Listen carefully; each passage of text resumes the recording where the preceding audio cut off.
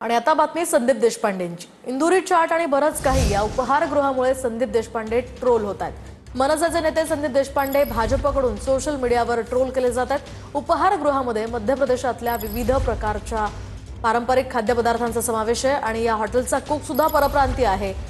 या हॉटेलमधले पदार्थ सुद्धा परप्रांतीय आहे। आचारी मराठी बसवता येत नाही, गप्पा मराठीच्या आणि महापौराच्या करतात असं त्या ठिकाणी त्यांना ट्रोल करत बोललं जात होतं।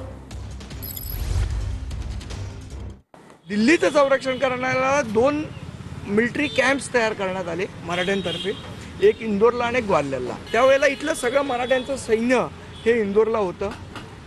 त्या सैन्याचं जेवण खावण हे सगळं करण्यासाठी इथले आचारी गेले।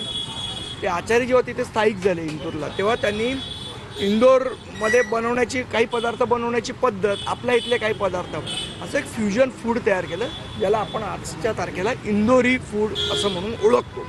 मला असं वाटतं हे जर इतिहास यांना माहीत नसेल आणि आम्ही काहीतरी परप्रांतीय पदार्थ विकतोय आणि हे करतोय, इतकी जर बौद्धिक दिवाळखोरी भारतीय जनता पक्षाची असेल तर मला असं वाटतं की जनताच याचा निर्णय करेल।